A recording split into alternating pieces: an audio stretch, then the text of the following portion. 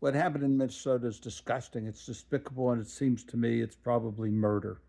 But I'm not going to judge that yet. I saw three things in the tapes that I looked at. One, I saw an unarmed woman being shot in the face by a masked person.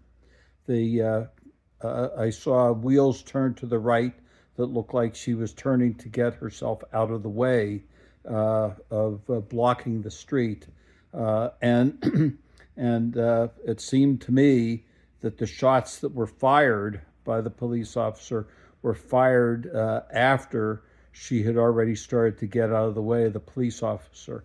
And it's not clear to me whether or not, because there were three bullets fired, whether or not whether the bullet in the windshield uh, was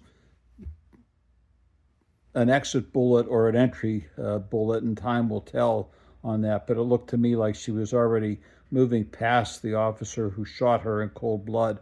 I find it appalling that these people are armed like that. They're prepared to shoot. They want to shoot. And they're happy to do what they can to rile up the crowds. This is an American citizen, but whether she was or wasn't makes no difference in my view. It's an unarmed person that the officer could have stepped out of the way, and if they wanted to chase her, uh, uh, go ahead and do it. But when you shoot somebody in a moving car, no telling who else might have been killed by this irresponsible action. It's interesting to me that the police are required to wear in most places body cameras. The Department of Homeland Security and ICE doesn't do it because they don't want their people to be able to be seen for what they've actually done. There's no excuse for this. There's none whatsoever that this wasn't and couldn't and shouldn't have been handled in a completely different way. But that's not the way Trump wants it.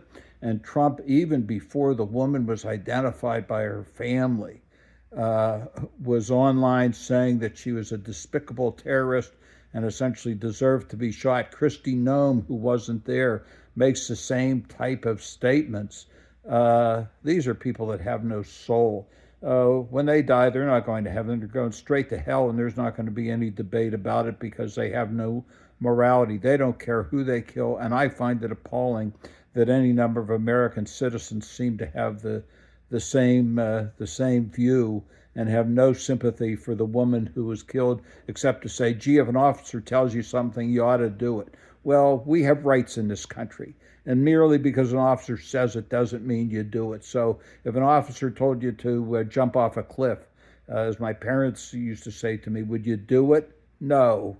Yeah, well, maybe some of these people would, but they shouldn't.